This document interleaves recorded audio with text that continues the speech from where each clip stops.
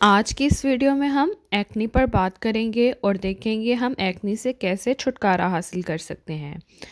और इसके लिए मैं आपको 6 चीज़ें बताऊंगी जिसके थ्रू आप एक्नी से जल्द छुटकारा हासिल कर लेंगे। सबसे पहले तो हमें देखना होगा कि एक्नी बनती क्यों है। अब बेसिकली जो हमारी स्किन होती है उस पर सेबेशियस ग्लैंड्स होते हैं और ये ग्लैंड्स ऑयल प्रोड्यूस करते हैं, इसे हम सीबम भी कहते हैं। अब हमारे पास बॉडी में कुछ विटामिन्स होते हैं जिनकी डेफिशिएंसी की वजह से क्या होता है कि सेबेशियस ग्लैंड जो हैं वो इन्फ्लेम कर जाते हैं और वो मोर ऑयल प्रोड्यूस करते हैं और ज़्यादा से ज़्यादा सीबम प्रोड्यूस करते हैं, जिसकी वजह से हमारी स्किन ऑयली हो जाती है। प्रोपियोनी बैक्टीरियम जो है वो हमारी स्किन का फ्रेंडली बैक्टीरियम है जो हमारे स्किन पे प्रेजेंट होता है, लेकिन वो हमें कोई नुकसान नहीं पहुंचाता। लेकिन इसकी डाइट जो होती है वो सीबम या ऑयल होता है जो हमारे पास सेबेशियस ग्लैंड प्रोड्यूस कर रहे होते हैं। अब अगर फॉर एग्जांपल एक विटामिन डी की डेफिशिएंसी की वजह से मोर सेबेशियस ग्लैंड जो हैं वो ज़्यादा ऑयल बनाएंगे तो वहाँ पे जो हमारे पास बैक्टीरिया है स्किन का उसकी ग्रोथ ज़्यादा शुरू हो जाएगी और ये हमारे इम्यून सिस्टम को भी इन्वॉल्व कर लेता है, जिसकी वजह से इम्यून सिस्टम भी एक्टिवेट हो जाता है और मोर सीबम प्रोड्यूस होता है, मोर बैक्टीरिया होते हैं और स्किन पे रेडनेस आना शुरू हो जाती है। अब बेसिकली देखना ये है कि ये साइकिल चलता क्यों है, सीबम प्रोड्यूस क्यों ज़्यादा होता है, क्यों एक्नी बढ़ती है। सबसे पहले हम इसके कॉजेज़ देखेंगे तो इसके कॉजेज़ में हमारे पास हार्मोनल इम्बैलेंस पहले नंबर पर आता है, जिसमें प्रेगनेंसी की वजह से हार्मोनल चेंजेस आ जाती हैं या इरेगुलर पीरियड्स की वजह से फीमेल्स में चेंजेस आ जाती हैं या तो कोई पीसीओएस का मसला होता है जिसकी वजह से चेंजेस आती है। दूसरी कॉज इसकी कोई मेडिकेशंस हो सकती हैं कि हम कोई ऐसी मेडिकेशंस ले रहे हैं जिसके साइड इफ़ेक्ट के तौर पे हमारे पास एक्नी ज़्यादा होना शुरू हो जाती है। थर्ड पे हमारे पास प्यूबर्टी आती है। प्यूबर्टी में हमारे सेक्स हार्मोन जो हैं वो स्पाइक पे चले जाते हैं, जिसकी वजह से हमारे सेबेशियस ग्लैंड मोर ऑयल प्रोड्यूस करते हैं और एक्नी के चांसेस ज़्यादा हो जाते हैं।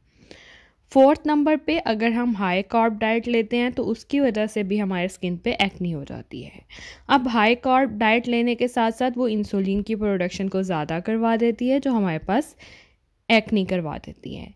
इसके अलावा अगर हम फ्रीक्वेंसी ऑफ ईटिंग जो है वो ज़्यादा होती है कि हम बार बार खाना खा रहे हैं तो वो हमारे पास स्टिमुलेट करती है इंसुलिन को, और अगर बॉडी में इंसुलिन ज़्यादा होगी that mean high carb diet ज़्यादा है, इंसुलिन ज़्यादा है, तो वो हमारे पास मोर ऑयल प्रोड्यूस करेगी सेबेशियस ग्लैंड से।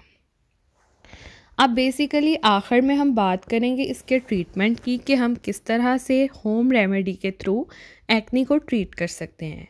हमारे पास यहाँ पे 5 थिंग्स हैं जिसके थ्रू हम एक्नी को ट्रीट कर सकते हैं।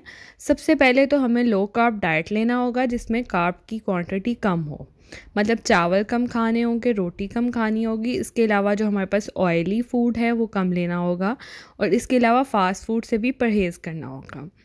दूसरे नंबर पे हमें वाटर इनटेक जो है वो ज़्यादा करना होगा और इसके बाद इंटरमिटेंट डाइटिंग करनी होगी। हमें दिन के कुछ स्लॉट में हम खाना खा सकते हैं और उसके अलावा कुछ स्लॉट में हमें भूखा रहना होगा, फास्टिंग करनी होगी, जिसके थ्रू हम अपनी एक्नी को कम कर सकते हैं।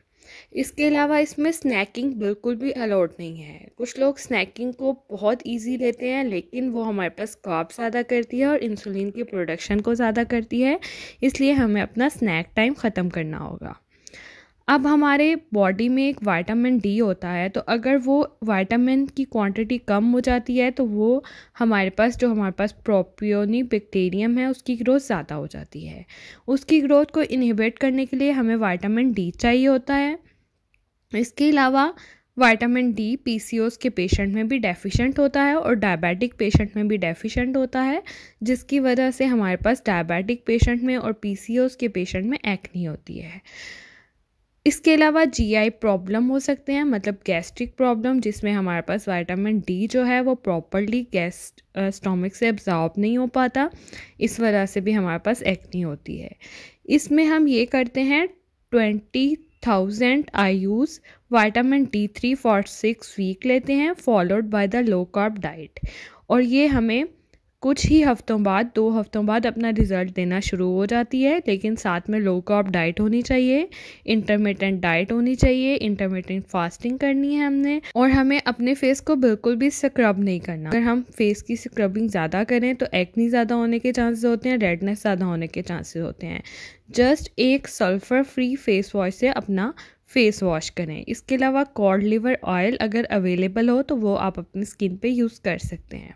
Thank you so much for watching my video. Stay tuned for next video.